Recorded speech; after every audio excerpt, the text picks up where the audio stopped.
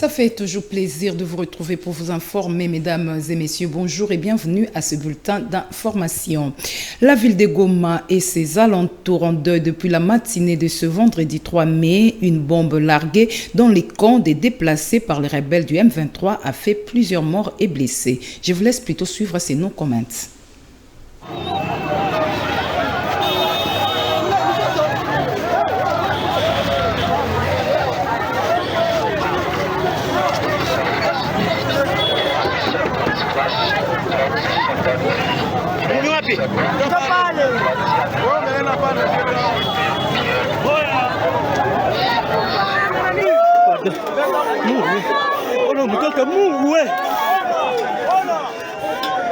Mamma mia, Maman, mon Dieu, oh mon Dieu, Congo, Maman, oh mon Dieu, mon Congo,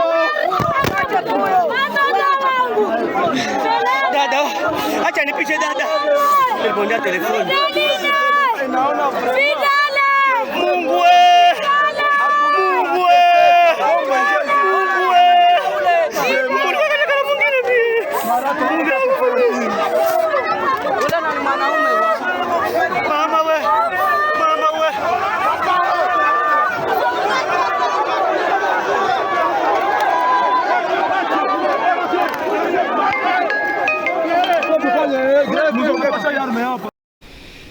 Dans le même chapitre, la situation sécuritaire est très préoccupante dans les territoires des Massissi, toujours dans la province du Nord Kivu, le site minier de Rubaya et quelques agglomérations du groupement Mufuni Kabidi sont occupées par les rebelles du M23. Une situation qui crée la psychose dans les chefs de la population. Suivez.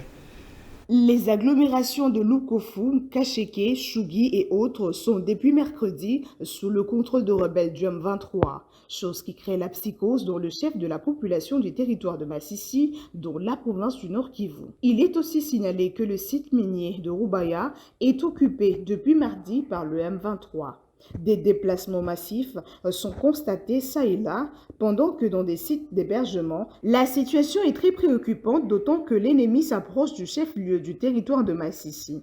Il faudra que des mesures sécuritaires soient prises urgemment pour juguler cette crise qui ne fait qu'enterrer vivants des milliers de populations, alarme la société civile, qui craint que les rebelles lancent l'exploitation du site minier de Rubaya. Les autorités sont donc appelées à agir avec efficacité pour protéger l'intégrité du territoire national. Et puis, les activités ont été paralysées jeudi en Ituri, cela suite aux 3 journées ville morte décrétées par la société civile, et c'est pour dénoncer la recrudescence de la criminalité dans la région. La dernière en date est celle du meurtre d'un enfant commis la semaine dernière par des hommes non autrement identifiés. Plus de détails avec Bénédicte Kokemon.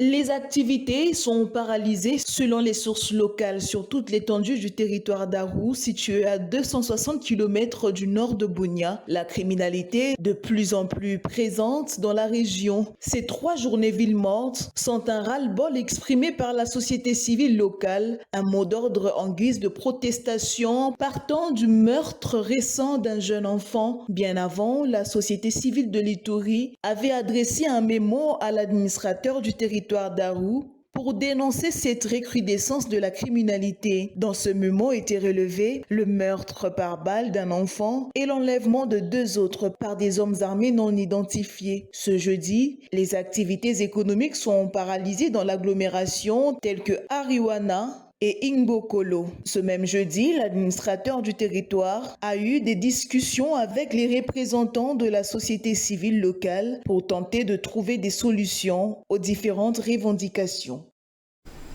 Changeons de chapitre pour parler de la course au perchoir de la Chambre basse du Parlement. Vital Kamerhe ne sera pas candidat unique au poste du président de l'Assemblée nationale. Une centaine de députés nationaux promettent de soutenir la candidature du député Prince Willy Michiki. Dans une interview accordée à une radio de la place, Prince Willy Michiki et son groupe reprochent au présidium de l'Union sacrée la volonté de vouloir caporaliser leur plateforme politique. L'élu du Nord Nord Kivu affirme que le règlement intérieur de la Chambre basse du Parlement garantit la diversité des candidatures.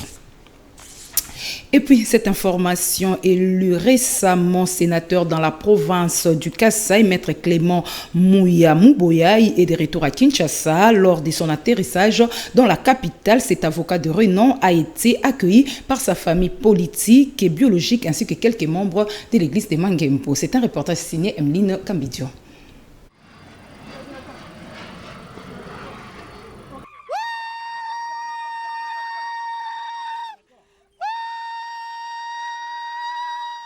2 jours après son élection, l'élu des élus de la province du Kasaï, Clément Mouya Mouboyaï, a atterri à Kinshasa où il va siéger pour légiférer les lois et contrôler régulièrement le gouvernement central.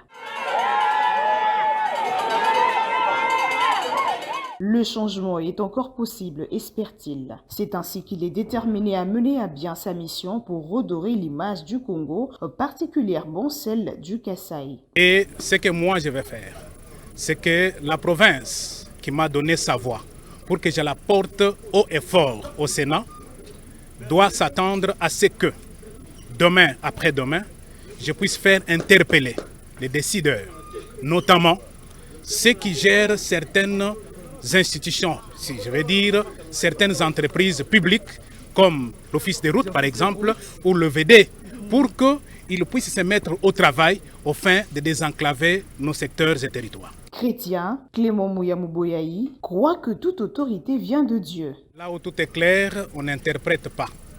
Quand la Bible dit toute autorité vient de Dieu, ça veut dire qu'il a déjà planifié pour que X, Y devienne autorité ou non.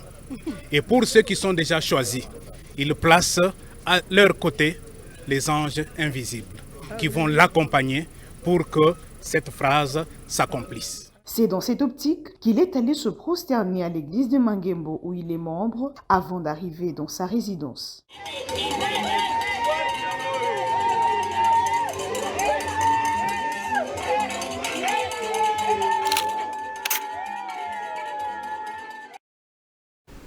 Et cette actualité en bref, célébration ce vendredi 3 mai de la 31e édition de la Journée mondiale de la liberté de la presse. Une journée instituée pour sensibiliser à l'importance de la liberté de la presse et à rappeler au gouvernement leur obligation de respecter et faire respecter le droit des libertés d'expression consacré par l'article 19 de la Déclaration universelle des droits de l'homme et marquant l'anniversaire de la déclaration de Windhoek, une déclaration de principe des libertés de la presse mise en place par les journalistes de presse africains écrite en 1991. Terminons avec la semaine africaine de la vaccination qui a aussi comme objectif de sensibiliser chaque Congolais à l'importance de la vaccination pour garantir un avenir sain, sans épidémie. Ce sont là les mots du vice-ministre de la Santé à l'occasion de la célébration du 50e anniversaire du programme élargi de vaccination en République démocratique du Congo. Regardez. Chers compatriotes, nous célébrons chaque année la semaine africaine de vaccination et cette année, elle a une connotation particulière, celle de célébrer le 50e anniversaire des programmes de vaccination dans le monde, en sigle PEV. La semaine africaine de vaccination est un événement qui offre une opportunité de communiquer sur l'importance des vaccins et de la vaccination dans la vie de chaque enfant en particulier et de chaque être humain en général. Grâce à elle, nous avons éradiqué la variole, nous sommes en passe de vaincre la poliomyélite et plus d'enfants, plus que jamais, survivent et s'épanouissent. Cette année, la Semaine mondiale de la vaccination célébrée sous le thème « Programme essentiel d'immunisation » étant le jalon que vient d'atteindre la région africaine et la RDC en particulier, coïncide avec les 50 ans du programme élargi de vaccination PEV en cycle. Voilà qui met fin à ces bulletins d'information. Mesdames et messieurs, merci de nous avoir suivis. Au revoir et bon après-midi chez vous en compagnie de la télévision du Repos.